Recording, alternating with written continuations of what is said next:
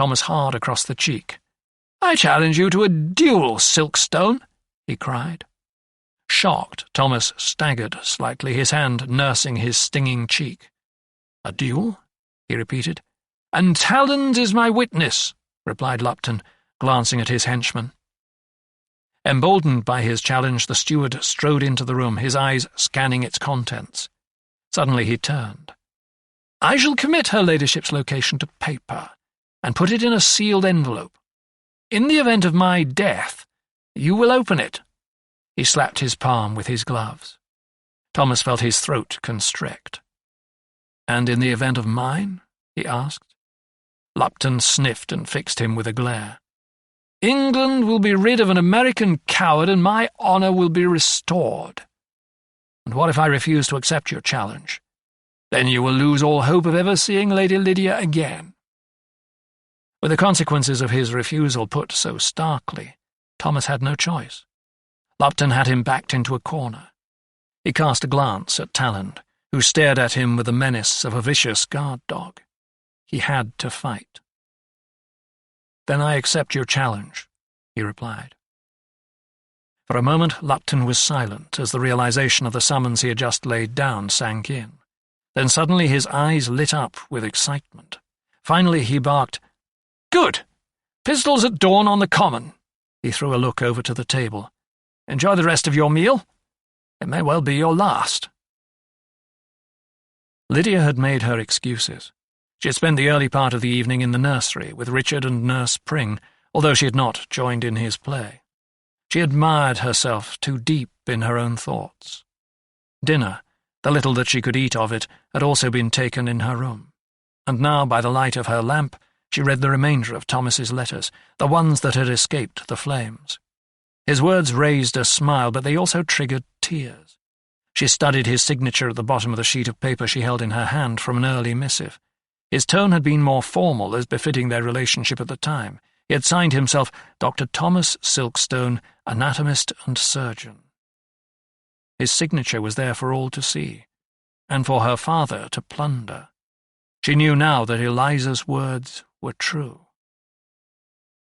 In the early hours of the following morning, before the sun had risen above the hills, Lydia was woken from a light sleep. She had stayed awake for most of the night, reading Thomas's letters, her eyes straining in the candlelight's weak glow, and she had wondered. In her head she kept hearing him call out her name in the hallway at Draycott, and the more she wondered, the more she doubted. She recalled how, just before he had mounted his horse outside her window, she had seen him take something from his pocket. The thought had struck her like a bolt of lightning. Could it have been the locket she had given him all those years ago as a keepsake? Suddenly she felt her bed shaken and someone press hard on her shoulder. Opening her eyes and blinking away the darkness, she saw Eliza standing over her, looking anxious. She raised her head from the pillow. "What is it?"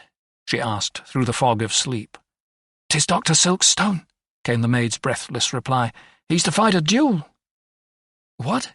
The news jolted Lydia into the moment. She threw off her bed covers. "Mr. Lupton challenged him last night." "Lupton?" Lydia leapt from the disordered blankets that signified a restless night's sleep. "Why?" Eliza rushed to fetch her mistress's chemise. "Molly heard him last night." "Molly?" asked Lydia, stepping into her petticoat. "She works at the 3 Tons. She heard him arguing, and then Mr. Lupton, he says if the doctor ever wants to see you again, he'll have to kill him first." Lydia's hands flew up to her mouth. She could barely register Eliza's words. So Thomas had remained true to her. Everything that Sir Montague had told her was a tissue of lies. "How could I have doubted him?" she asked, as the maid laced her stays. "Oh, Eliza, I should have known better than to believe." Her voice trailed off wanly. "'Tis no time to fret, my lady," Eliza told her firmly. "Lovelock's waiting with the carriage. If we hurry, we'll make it before a shot is fired." Rushing downstairs, mistress and maid bundled into the conveyance, and Lovelock set the horses off at a gallop. They thundered along the drive, then veered left to take the road that led to the common. Lovelock knew the spot. Arthur's Hollow had long been a popular place for duels. Lydia's late brother had killed a man there over a gambling debt, and injured another. They arrived as the mist covered the ground like gossamer. Light was beginning to penetrate the gloom of a chilly May morning. Looking out of the carriage window, Lydia could see 2 clusters of dark figures standing huddled on the grass several yards apart. It would be useless to take the carriage farther. The ground became boggy at this point, so Lovelock was forced to pull the horses up behind the ridge. Opening the door, he apologised to Lydia. "I'm sorry, your ladyship, I can't take you yonder. You'll have to go on foot from here," he told her. Sweeping down from the carriage, Lydia lifted her skirts and hurried as fast as she could over the heavy, dewed grass. Her feet kept sinking into the moss as she went. Following behind, Eliza struggled to match her pace. Soon they had climbed the ridge to get a better view. From the vantage point, she strained her eyes to focus through the mist. They were not too late. There were 5 men, 2 standing back to back, with another close by, and one at either end of the hollow, separated by a distance of 50 yards or more.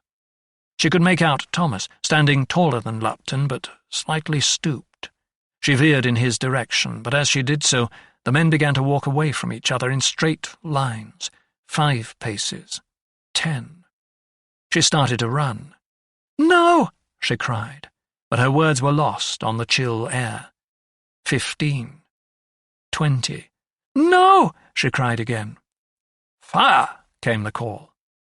Thomas's pistol fired first, but it seemed that he had aimed deliberately too high. Lupton remained standing, steadfast. He took aim. "No!" screamed Lydia once more. This time her voice carried down the hollow, and Thomas, for a split second, turned his head. It was enough. A loud crack shattered the air, but he did not see the ball as it left the barrel, nor the smoke in its wake. All he could see in that moment was Lydia rushing toward him, her arms outstretched. All he could hear was her voice, calling his name. All he could feel was the sharp jab of a lead ball as it pierced his chest. Postscript. In 1787, the first act to enclose an area of wetland and grassland known as Otmore, just northeast of Oxford, was lodged. Legend had it that Our Lady of Otmore rode a circuit round the moor while an oat sheaf was burning and gave the area within it to the people of Otmore in perpetuity. Consequently, any moves by local landlords to enclose the land met with strong opposition from the villagers.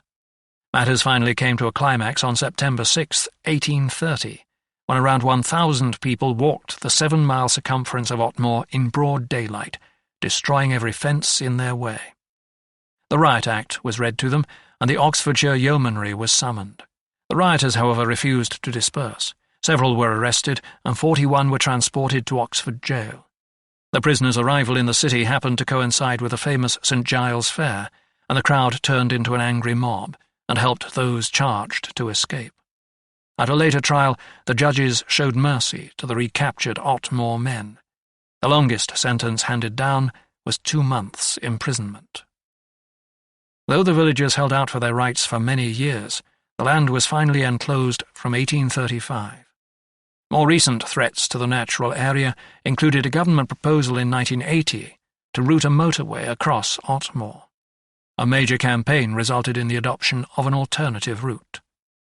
Since 1997, much of Otmore has been made a Royal Society for the Protection of Birds nature reserve, with many acres being returned to marshland. It is also home to a large population of rare insects and plants. This concludes the reading of Shadow of the Raven, a Dr. Thomas Silkstone mystery by Tessa Harris. Copyright 2015 by Tessa Harris. This book was read by Simon Vance. This unabridged recording was published by arrangement with Kensington Publishing Corporation and was produced in 2015 by Blackstone Audio Inc., which holds the copyright. Neither this recording nor any portion of it may be reproduced or used for any purpose without prior written authorization from Blackstone Audio Inc. If you would like to obtain a monthly update telling you about new releases, call 1-800-SAY-BOOK. That's 1-800-729-2665. For a complete listing of our titles, visit our website at www.downpour.com. Thank you.